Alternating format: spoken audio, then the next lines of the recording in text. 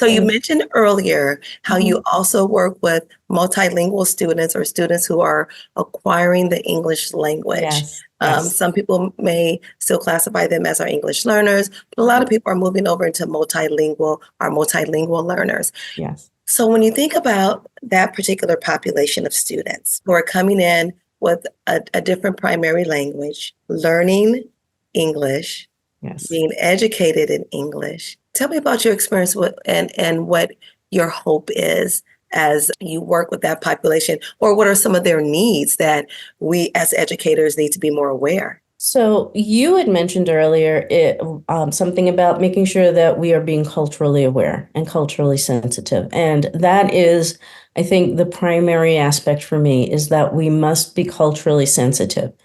And culturally sensitive doesn't just mean culture in terms of skin tone, race, ethnicity, that sort of thing, but it could also mean age, it can also mean ability or disability. So it covers the gamut of different things, right?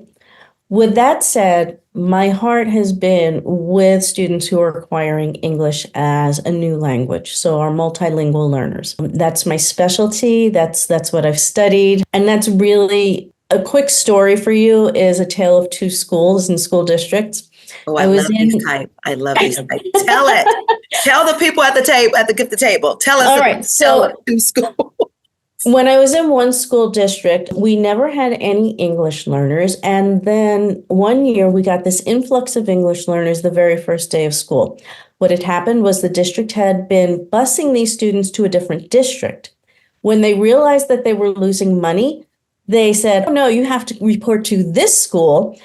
And then we had this influx of students without being told that we were going to have them on the very first day. No training, no resources, no notification, nothing. And they got put into my classroom because I speak some Spanish and our students were Spanish speakers. So I was teaching a fourth and fifth grade combination class, and I had students third, fourth, fifth, and sixth grade who did not speak any English also in my class. Yeah. I'm sorry. Can you say that one more time? For the people in the back, hear what you just said about the number of preps that you had. Can you say that one more time? And what we mean by preps, people, is when especially if you're like in a self-contained type classroom, you have all these different, you usually have one level. But when you're in secondary, you can, have different class periods with different groups of kids, but you're typically teaching one set of curriculum, sixth grade, seventh grade. Sometimes you have combos. Can you say that again for the people in the back, ma'am?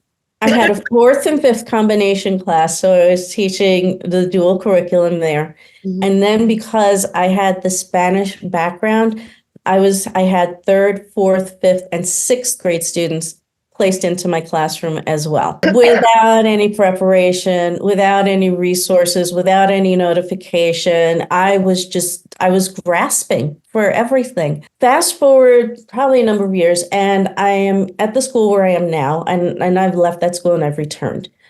When I got there, this is our population. This is what the resources we have. If you need more resources, let me know. If you need training, let me know. And these are our students, we're going to educate them, right? The night and day difference right there opened my eyes to how I could be an effective teacher for students who were learning a new language. And that's what set me on my path. So those two experiences I can really point to as setting me on the path of really giving students an equitable education.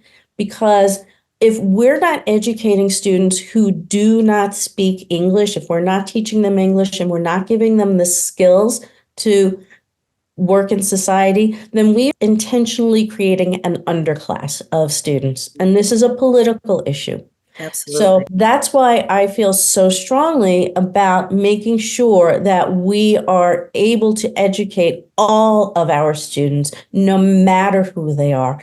And for your viewers at the gifted table who don't know about classification, perhaps, I have a number of students who have multiple classifications, which means they might be learning English, but they also have some special education needs, and they might be gifted in certain areas as well. So we have to make sure that we are planning and differentiating our education for all of these different things going on in our students' lives to make them as successful as possible. So, I mean, I can't say that I'm surprised that a school decided to then retain their multilingual learner students once they realized they were losing money. See how we It's put a so price heartbreaking, tag on isn't our it? kids? Isn't that heartbreaking? Yeah, we put a Oh, price tag on our now you find value because now you're looking at value. And mhm. yeah, so that's really sad. But I know the unfortunate part is I know that's not an isolated situation happening within our states, happening within our nation when things Yes. happen like that. And I have to say, when districts allow those things to happen, when district leadership allow those things to happen, Mhm. shame on you. Shame on I you, agree. I agree. because you are, in fact, impacting communities in different ways. You're telling families that, yes, in our district, we want to educate your child, but oh, you have a primary language. You have to Mhm. go over here in Mhm. order to get the education, because at this school we don't have the resources for it. Yeah. And how quickly we can find the resources when we realize that we're not getting as much average daily attendance or daily average attendance, Yes, average daily attendance as the other school, because we're sending our kids over here. exactly. Wow. Yeah, Yeah. politicizes it It's sometimes. shameful. It's absolutely shameful. Yeah. And it's heartbreaking because of what it does to our students, because education institutions should be students first, and rarely are they student first. Rarely. Yes, unfortunately, I think you and I can tell several stories about that. We'll have to have that on when we have the ladies' lounge where we just talk about whatever. Okay, that sounds good. Whatever.